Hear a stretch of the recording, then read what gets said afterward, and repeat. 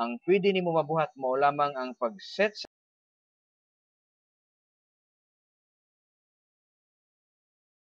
sa imong dunggan nga ang imo gyung paminawan karon kaning atong ginatun-an.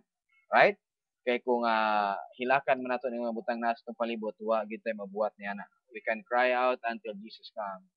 Walay mahitabo sa atong kinabuhi. Right? So, mo na siya atong buhaton. And again, a reminder, aron kini nga mga pagtulunan mamahimo kining importante or puslanon din na sa inyong kinabuhi. You should meet at least two, kung doon na pa may lain, no? At least two requirements. Number one, you should be clean before God, and if necessary, no? Number one, you should be clean before God. If necessary, you should confess your own personal sin. Dili ako, dili ka mag-confess ako, imong personal sin. Right?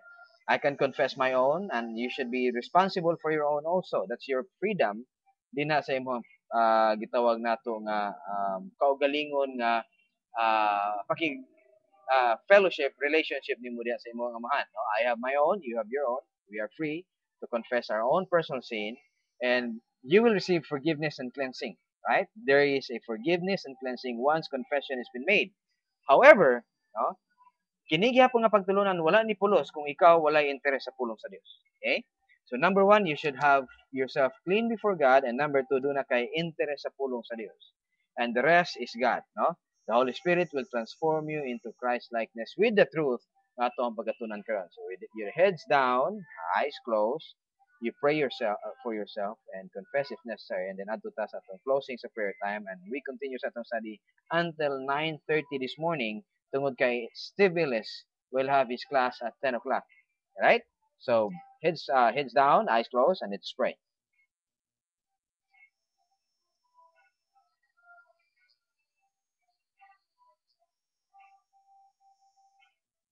Gracious Heavenly Father, again, this is 2013. Nag-ingon sila amahan nga mag-end nami December 21, 2012, but it doesn't happen. And it will never happen, Father, as long as naa pa mi ining kalibutanan. Naa pa kami nga mga Kristohanon ining kalibutanan. If ever, Father, nga imo aming kuhaon dinhi sa kalibutan, 7 years after Jesus Christ will come, 1,000 years after that 7 years, nga ihang i-reign ining kaning kalibutan na, Father, then the end will come. As long as napamo ining kalibutan na, this world, this known world that we have karon amahan, will never end. And why is it, Father, nga nagstay kami o nagstay ang imminence of rapture until almost 2,000 years? It's my considered opinion, Father, and this is what I believe. That it is because of the fact na kami nga mga Kristohanon is not impacting the world. And as a result, Father, ang lawas ni Kristo nga iyang ginabuild, okay? Ang number of operative demon for the church age, for this panahon sa Christianity, equivalent to the number of demons operative ni kalibutan has not been met. And it is because, Father, the Christians, whom the world knows Christians, are not impacting, does not preach, wala sila nag-preach man, or well, it would be possible, Father, that we are not preaching the correct gospel that saves anybody. And that's just a generalization term. I know, Father, for sure that I am preaching tinuod nga gospel, faith alone in Christ alone. Those who will believe will be saved, and those who will not believe will be condemned.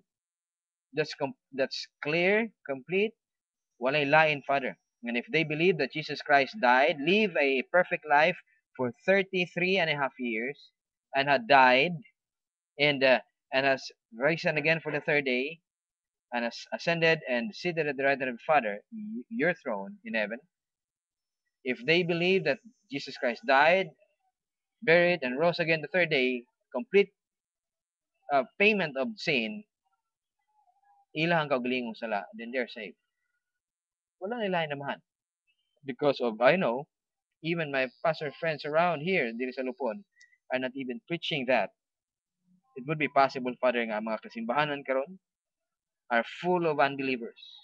That's why it doesn't even have an impact sa mga tao din sa ilang mga palibot. But it's my prayer, Father, that we and my family and for those people who are studying with us will make an impact dito sa bagong bayan nga mo ang gipuyan karon. We will have an impact, Father, not only sa Bagong Bayan, but would impact the people around them, on all the people, especially, Father, that you have given us opportunity, a radio ministry soon, nga mahitabo amahan. And I pray that people will hear your truth aron nga makita nila amahan nga duna gidi ay tinuod sa tanang mga katinuoran nga ilang ginapanudlo. Duna gidi ay absolute truth, Father. Kung gibalik na mo kanimo pagpasalamat ug pagdayeg karon, imuha kini nga pulong, gamito na mo amahan or gamito nimo sa balaan nga espiritu sa pagpatubo namo ug may hisaba kami sa mga Kristo. Balik na mo kanimo pagpasalamat ug pagdayeg in Christ's name. Amen. All right, so announcement. Okay, ang announcement nato mo ni, no? That by January 15, is it no, January 14, that would be Monday, mag-start ta sa atong radio ministry nga I don't know kung moabot ni siya sa ubang mga lugar, but I believe nga maabot siya sa tibuok Banay-Banay area tungod kay mora man ning station dito sa Banay-Banay nga makalabay pod sa iyang signal sa tibuok Banay-Banay. Naninguha sila nga ang ilahang paglabay sa signal moabot siya sa mas layo pa nga lugar apan ang ilang capacity karon mubo pa kayo or dili pa kayo nga nakakusog. However, no, as I consider it, ang ilahang price nga gihatag sa tuwa is fair enough, no? Nga tagaan ta nila og daily 1 hour every day nga pagtudlo sa pulong sa Dios, no? Now, akong i-consider kung asa ko to bilang malabay. I thought malabay siya hantod dinhi sa Lupon, but they said murag alanganin sila ni ana kung dili gani kaabot og Lupon. So especially kung di man siya kaabot og Lupon, masamot nga di gid siya kaabot dito sa Pantukan nga area, Mako nga area, Panabo, ug diha sa Davao City, ug labi na dito sa Santa Maria, Davao del Sur, di gid siya kaabot pod. However, dili na ko i-negate ang possibility or di na ko i-void ang opportunity na katong mga tao dinhi sa palibot sa tibuok Banay-Banay area ug some part dinhi sa Lupon nga moabot niya nga duna po'y mga tao nga gipantawag nga ato ang Dios, but kung dili man nga ma-broadcast kini nga message pinagi niya ng radio station dinha sa Banay-Banay, then they will not know nga duna di ay kamaturan, no? So muna nga pray with me with this, no? God will provide for this ministry. In fact, ang total amount kay ilang gihatag sa tuwa an hour every day, no, is only 50 pesos per broadcast. Mura may mahitabo niya nga price tungod kay 1,500 for the rest of the month and 1 hour every day, no? Unsaon ni muna siya pag usitaw kana pag resist nga offer 1 hour every day for just 1,500 every month, no? So I trust God that He will provide these finances, no, nga ma-broadcast nato kini nga mga kamaturan ngadto sa mga tao nga dunay positive evolution sa kamaturan sa pulong sa Dios. So pray with me that, no? Now, this is not an appeal for money. Again, this is always by grace. God provides, no?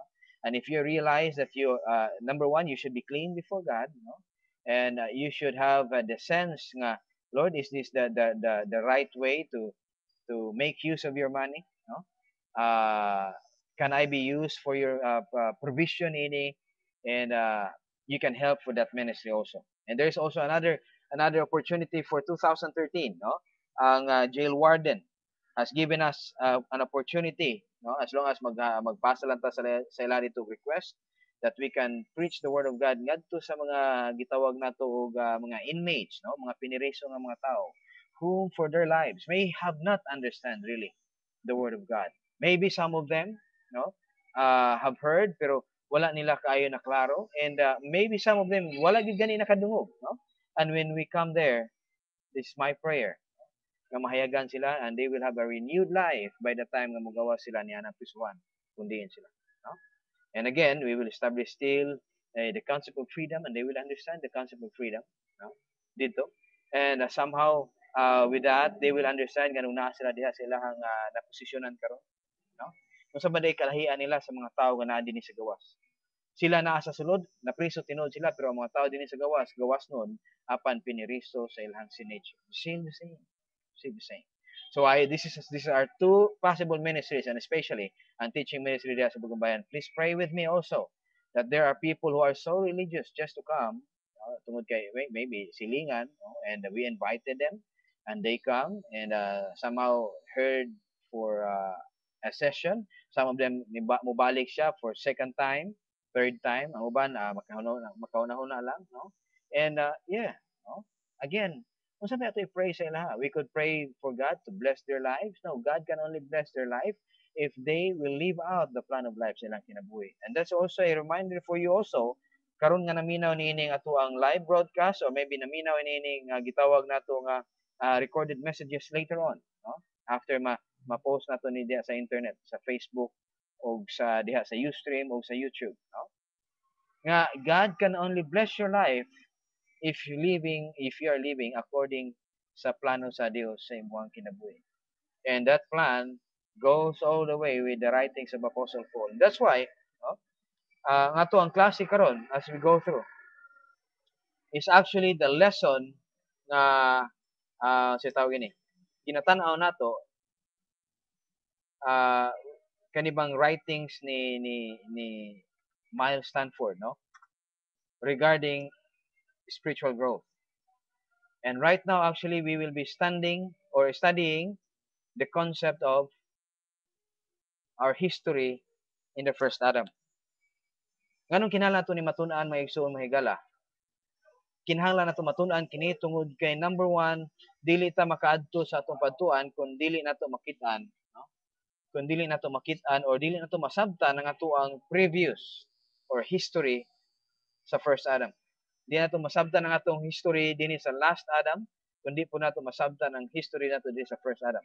Kinahanglan nato masabtan kini tungod kay kini ang basic principle nga masabtan sa matag usa ka tawo aron masabtan niya nganong ingon ani siya, nganong ingon ana man ka, no? Again, when we study sa ato ang history niya sa first Adam, kinahanglan nato masabtan nga kini nga mga butang nga atong gamiton when we talk about our history, you should be saying for yourself, my history. It should be personal in terms of your history din sa first Adam. Personal, no? It should be personal. 9:30 mo adto ta dito. Okay? Pero man mo mo adto dito. Check up pa lang kaya ako pang istoryahan ko ng tagiya. Na itubig ug wala siguro sa man. Magpauban ka og isa pwede mo kauban din sila. Kung wala, paninig lang sa siguro nya moapas na ko. Okay? Mo to siya akong mama. Kani pod nga location nga itong iposisyonan karon, I don't know kung magbalhin na to dito medyo dili na kay samok, no? Natay balhinan nga pwesto, sige pabalhin mi ining tagiyan ining pwesto karon. Basig dili kay to dito samok. Although daplin gyapon og dalan pero dili ko kayo kabalo kung ang palibot pareha ni nga dunay saba sa palibot po. But anyway, let's continue, okay? Right? Continue ta. Yeah, ang atong understanding regarding sa atong history of first Adam, we must have to discover, no? Nganong i-discover man tungod kay kani nga kamaturan na ana, no? Unya since dili man tanan nga mga magtutudlo nagatudlo niini ang atong history diya sa first Adam, muna nga ato ra siyang ma-discover, no? Tungod kay siya man ang head sa human tanan nga humanity, ang tanan nato nga gipanundan masundan ginato diha kang Adam, no? Tanang mga tao way labot ang hayop, of course ang hayop nadamay siya kay tungod kang Adam, tanang mga tao under kang Adam, tungod kay mga hayop na under pud kang Adam, no? Pero sa tanang mga humanity, kitang tanan nailaw dinha kang Adam o gipanganak ta dinha pud niya. Tanang member sa human race, gidawat nila ang tanan natong gipanundan, gipangdawat nato ang tanan natong gipanundan diha kang Adam. And we can understand the nature, ang condition nato nining kalibutan na atong kinabuhi nining kalibutan na inherit nato gikan sa iya. Ug ang kinabuhi nato nag-continue din hangtod nga kita mamatay being believers. Now, number one, again, kani siya nga pagtudlo or kani siya nga mga pagpanudlo o pagtulunan, gidesign kini ngadto sa mga believers lang. Okay? Anytime nga magistorya ko di believers, we, you, no? Kinahanglan nimo masabtan that you must be born again first. You should be born again believer first. Christian born again believer. You may be Christian in name. You may be Christian in terms of church attendance, but you cannot be Christian kung ang imong understanding sa complete work of Jesus Christ dito sa cross is not clear. Nga ang iyang gibuhat dito sa cross is enough para sa imong kaluwasan, then you are not a born again Christian believer, no? You might say you're a believer, but you are not a born-again Christian believer. Nga naman born-again man? Tungod kay again, ang first, diha ta sa kang first Adam, we are dead spiritually. And later on, we will die physically. Gipanganak tayo ng kalibutan nga patay kita din sa spirito. No? Patay kita din sa spirito. Again, tungod sa sala ni Adan, ang sala ni sulod po din sa kalibutan. Og nag-separate ka nato din sa atong Dios, og nag-separate ka nato din sa source of life. Tungod diha kang Adam, gipanganak kita ngadto sa sala. Ngadto sa kamatayon, in fact, judgment o condemnation na anadaan sa atua upon physical birth. Bata pa ta niadto. We are already condemned.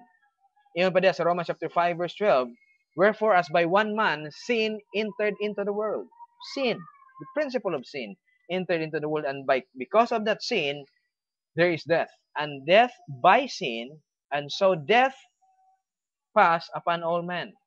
No? Napasa ang sin upon all men.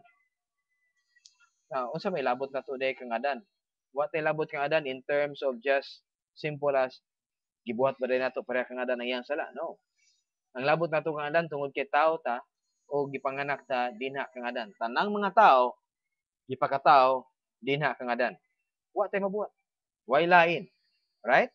So wa tay laing mapilian the moment of physical birth, wa tay laing mapilian. Pwede ba kumuagi kay Jesus Christ lang unta diretso? No. Yet, however, as we grow up, there will be a new history nga itong ginatanaw.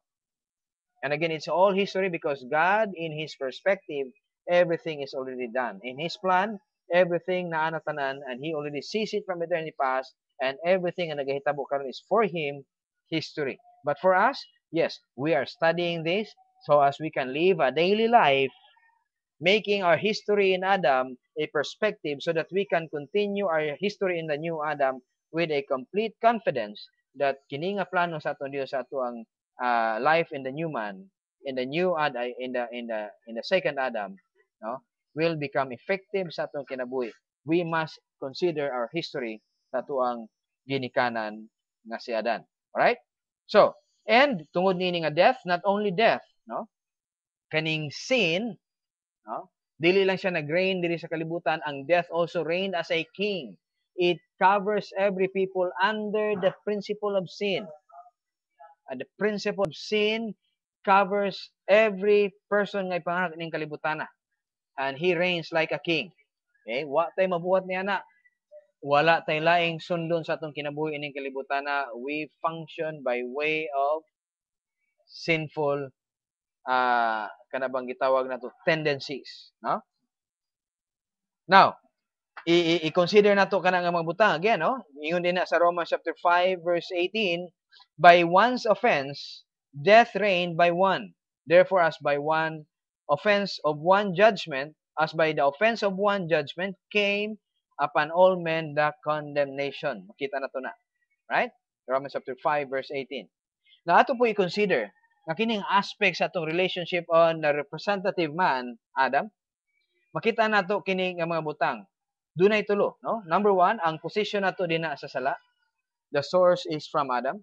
Number 2, our nature is Adamic nature. Number 3, our personal sins as Adamic practice sa ato ang kinabuhi.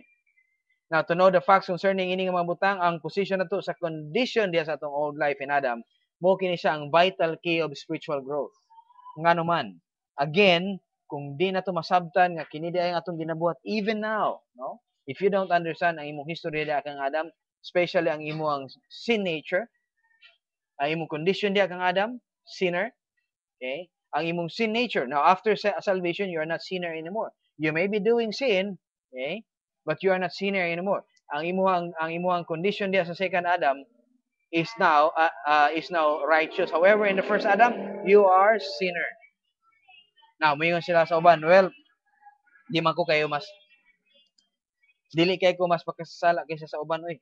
Mas makasasala gisa sila sa ako bisan pa man ingon ana. Okay? Walay usa nato nga mulabaw or makalampas sa righteousness sa aton Dios.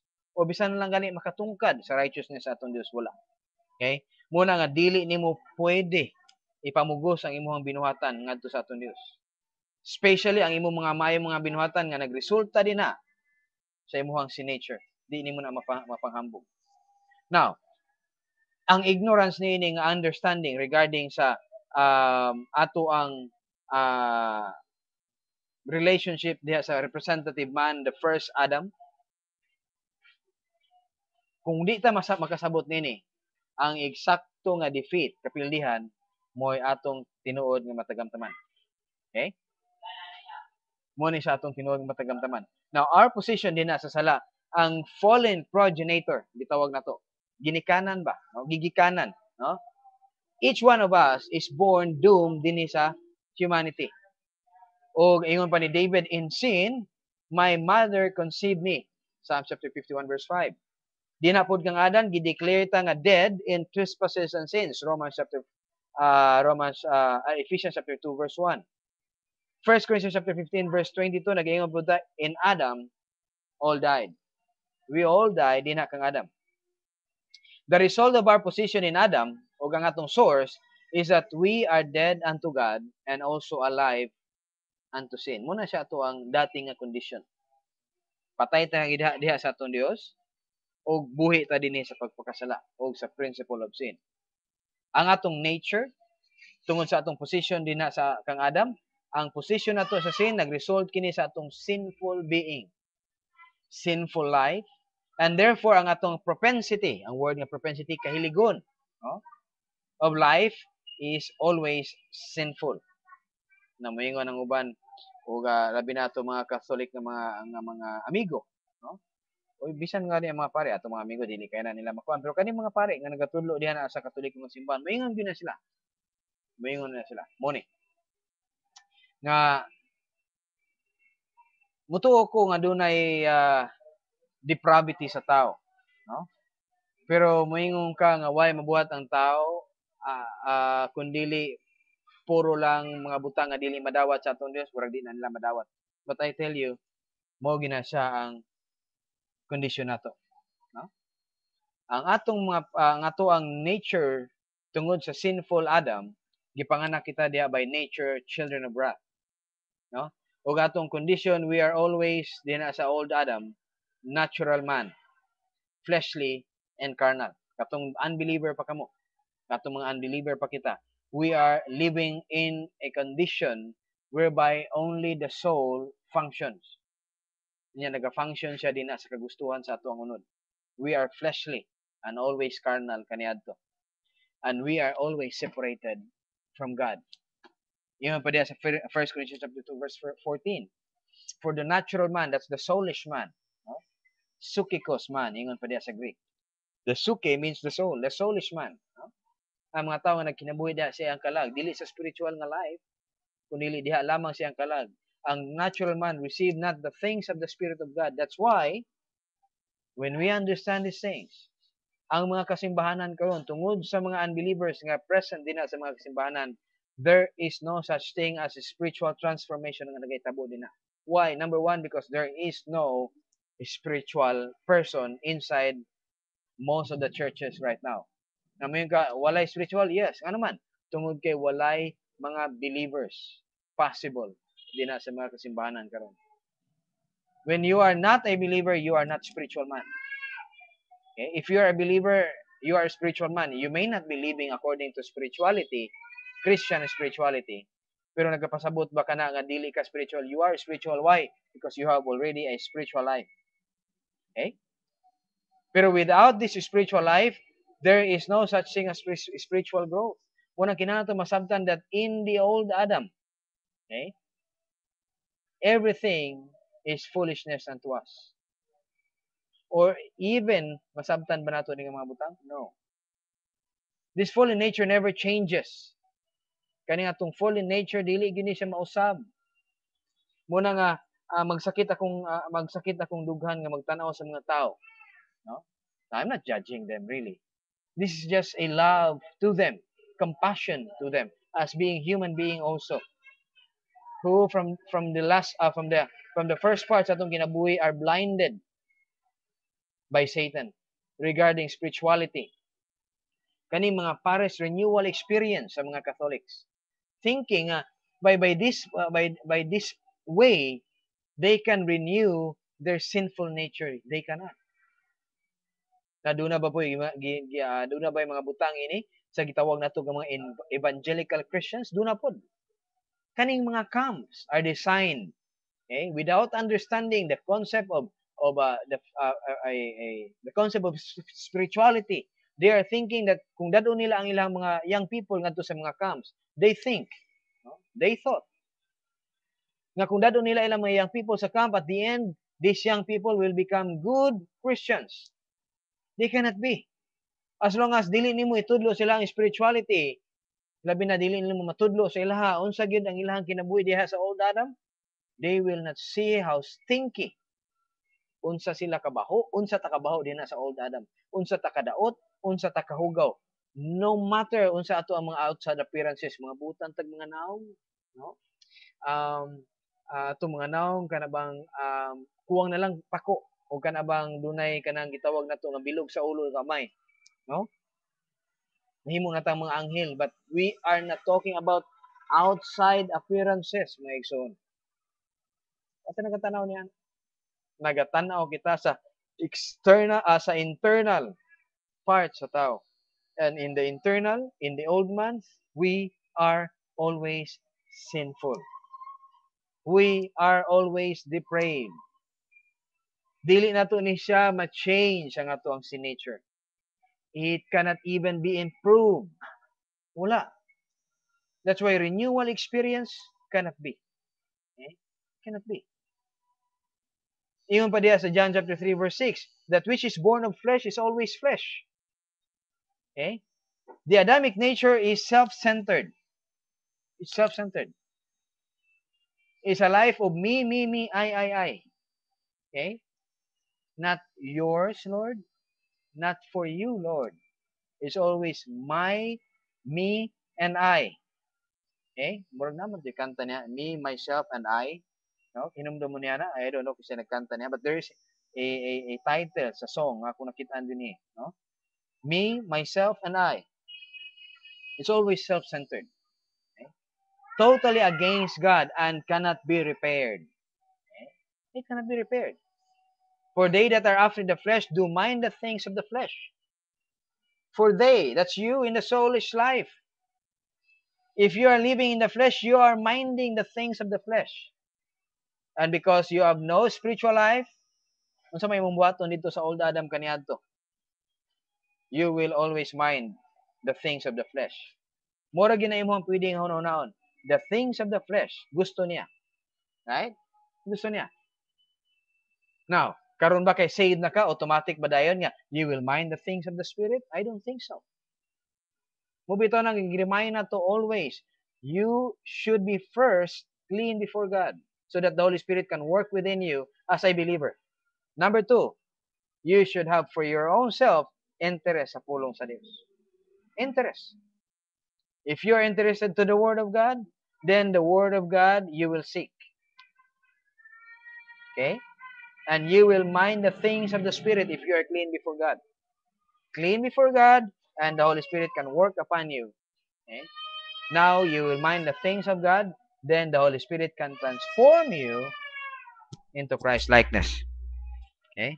There will be transformation. Yun din na. Do not go on conforming yourself to the mindset of this world. In Romans chapter 12, verse 2. But be transformed by the renewing of your mind. Right? There will be transformation, my brothers and sisters. The problem is, will you allow God to transform you? And if you are, kung nag-desire ka nga, i-transform ka sa atong Diyos, hear this. You will make it a possibility sa iyong kinabuhi that ang pagpanudlo o ang pagtuon sa pulong sa Diyos should take time or should take every time sa imong kinabuhi. Every day, do na keep taking in of the Word of God. Every day. Okay? That should be every day. Yung pa sa ako ang magtutudlo. You should study the Word of God at least. You see that? 3 hours a day. And that's a great challenge. A great challenge. And ang iyang basis is this. Kung ang atong physical nourishment sa atong body, we do it 3 hours a day. 1 hour sa pamahaw, paniudto, panihapon. Na included na diha ang imuhang pagkaligo, exercise, no? Apil na niya ana ang imuhang pag excrete sa imuhang mga body waste, okay? Uh, well, it's okay to say kanabang magbawas ka, no? By way of removing dirt sa imuhang lawas, toxin sa imong lawas. Apil na niya na maligo, mag-remove og dirt diya sa internal parts sa imong body. Apil na niya na sa 3-hour period of time sa imong physical nga lawas, which can only last for, I don't know, can you stay until 80 years old sa imong kinabuhi? Even so, basi 100? Pero mamatay ka lang gyapon. But to live according to understand the concept of feeding your life is spiritual, which can extend your life for the rest of eternity. Asa may mas importante sa duha, do you think? Well, I'm not saying imong pasagdaan imong lawas para ma-feed nimo imong physical, imong spiritual life. It should go hand in hand. A balanced kind of life. Physical feeding and spiritual feeding should take place imong kinabuhi. And the rest of the day, you can do anything. Now, I'm not saying anything sin, no. I mean, do anything nga imong gitan-aw nga necessary for the day. Like, you go to work. Kung kinahanglan ka moadto sa work, nga naman. You have to earn money for your living. Kung doon na kay pamilya, kinahanglan mo pagkaon ng imong pamilya with the money nga imong gi-income gikan sa imong work. Right? God will be able to provide you that as long as you will have to make it for yourself a first priority sa imong kinabuhi, the Word of God. Mo na siya nga mabutang, and that's a great challenge. You know what? Once nga nadunggan ako na kaniadto, and I think about, whoa, 3 hours a day? I don't know, I can do that. Okay? I don't know kung mabuhat ako na siya mabutang, but here is one thing. Right? When you take in right now, yung ka, Lord, I can only take 1 hour a day. Well, that's your choice. Okay? But it will take you longer time to become exactly like Jesus Christ. But here it is. The more you take in the Word of God, the more you will crave for the Word of God. Nga naman, because it's a sign of spiritual growth. You take in less, you will desire less. You take in more, the more you will desire. Why? Tungod kay ingon ana na siya. Katong mga bata pata sa atong physical life, gagmay la atong kaon. Ang atong desires for food kaniadto, lahi no? Tungod kay atong desire kaniadto sa titi sa atong nanay, mura magdi ta mabuhi og wala tay titi sa atong nanay. But again, gamay kina siya nga pagkaon. But as you grow up, mabantayan nimo nga magkaana mo kadako imong kaon. Okay? Unsa ra may gibuhat dito? Desiring. Ingon pa ni Apostol Pedro, you should desire the sincere milk of the Word of God. Okay? Now, do you think the word, our sin nature will have its desire para sa pulong sa Dios? I don't think so. No. Okay? Dili gyud. So muna siya. Nga naman, tungod kay ang fleshly mind will not set out its desire for spiritual things. Because they are always contrary. Ingon pa diya sa Galatians chapter 5. They are always fighting against each other. For the carnal mind is enmity against God, for it is not subject to the law of God, neither indeed can be. So then, they that are in the flesh cannot please God. We who are living in the flesh cannot please God. Yung pa ni Apostle Paul, I am carnal. That's in Adam, as being an unbeliever before, and we are sold under sin. Okay? We are sold in the free market of sin. Okay? Now, let's continue. Ang atong mga personal sin, unsa man to atong ginatan-aw tulo ka mga butang diha kang adan, ang ato ang position diha kang adan, we are born doomed. Ang atong nature diha kang Adam will always produce unrighteousness, okay? Relative righteousness, unrighteousness. Unrighteousness is personal sin, relative righteousness is human good.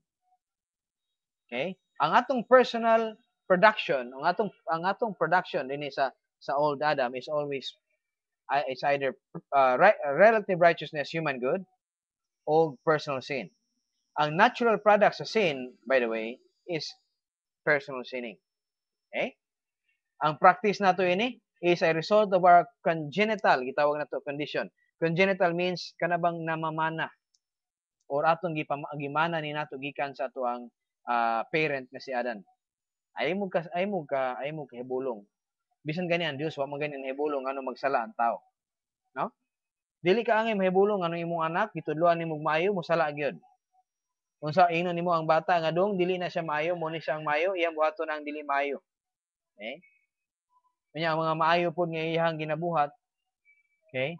Is just as unacceptable with God so as personal sin. Okay? Nya kini siya is a result of this condition that we have in our first Adam. Because of that, no, we have understand that we are all sinner. You know, all have sinned and fall short of the glory of God, and we grow up to be sinners. And in practice, also in choice. In practice, we are sinners, and by choice, we are considering it to be our always priority and our always choice. Okay? Hence, we are desperately in need of a Savior. Again, walay tao makaluwas siyang kagalingan. Okay? Walay tao makaluwas siyang kagalingan other than Jesus Christ. Okay? Now, if by careful study and we allow the Holy Spirit nga mo impact ini sa itong mga kinabuhi, kini nga awful truth concerning sa atong history diya kang Adam, we will better be appreciate the one wonderful remedy sa atong God the Father. And the remedy is found in the cross. Okay? Our position in Adam is condemned. We must continue to think in terms of personal history again. Personal history. Nga atong condemned position din na kang Adam is actually personal and it is already history din na kang Adam now that you are a believer. And for 5 minutes of time, now, we want to see our exactly kung unsa kini nga mga butang aron masabtan nato nga ato ang relationship, no? Ma-clarify nato, ma-clear nato kini nga mga butang, no? Dina sa ato ang understanding diha sa ato ang position dina kang Adam. Ang atong position dina sa sin, okay? Walay laing forgiveness nga gihatag sa atong Dios. If God did not really forgive just to forgive, no?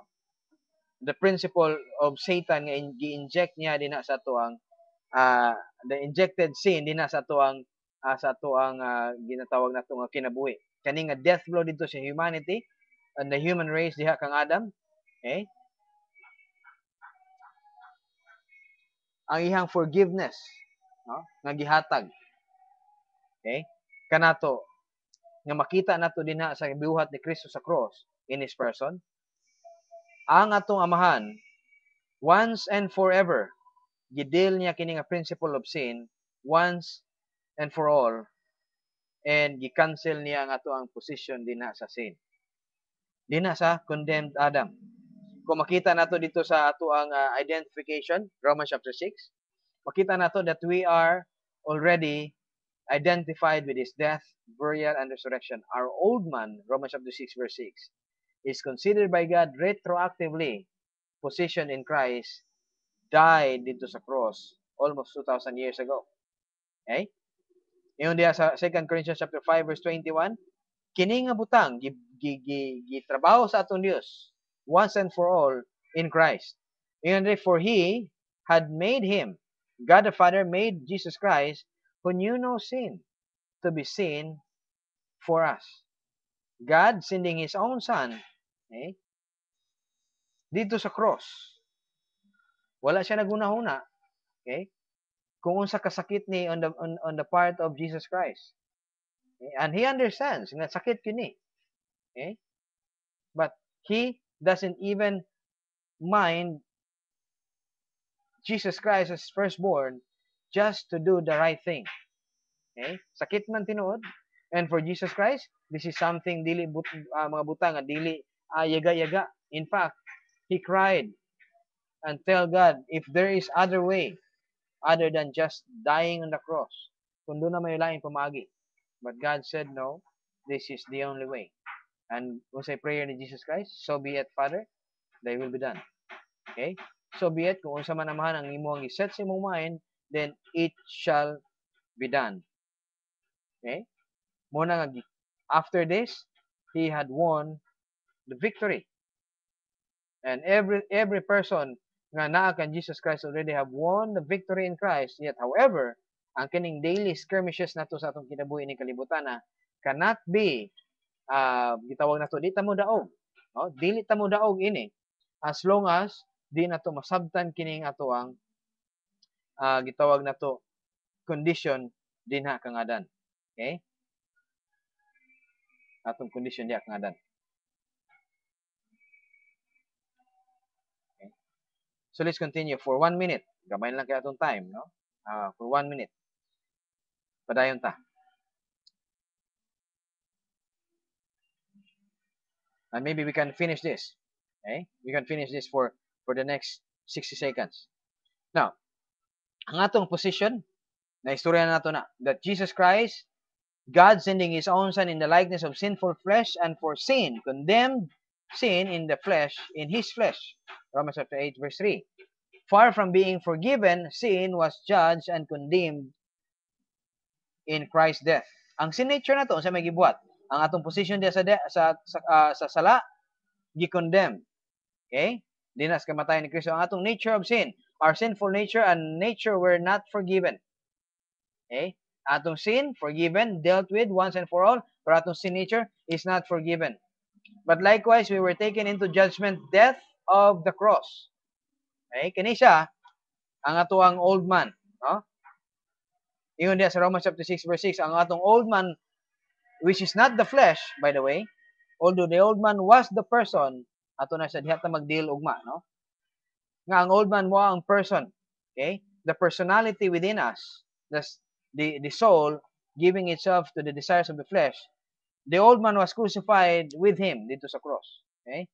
And it would be possible for God to live to make us live in the new man once we understand that our old man is crucified positionally kauban ni Jesus Christ dito sa cross. Okay? Actually, we're out of time. Di na ito ni mahuman. We still have many points na tanawon. Ato ni siyang tanawon ugma nga part. No? 30 minutes gikan karon. Steve Willis will have his class regarding sa concept of gitawag nato og prophetic history in other perspective, no? So tanaw na to ni siya. And we will close out sa tuang klase karon. And see you tomorrow after sa pag-abot sa 8 o'clock ugma, no? 8 o'clock ugma magsugod ta. Ganihan nagsugod ta late, it's because of the fact nga there are considerations sa tuang technicals nga tungod kay dugay-dugay ta wala nakatudlo og daghan kay mga butang nga kinahanglan siya i-set up again para maka-broadcast na punta dinhi sa Facebook.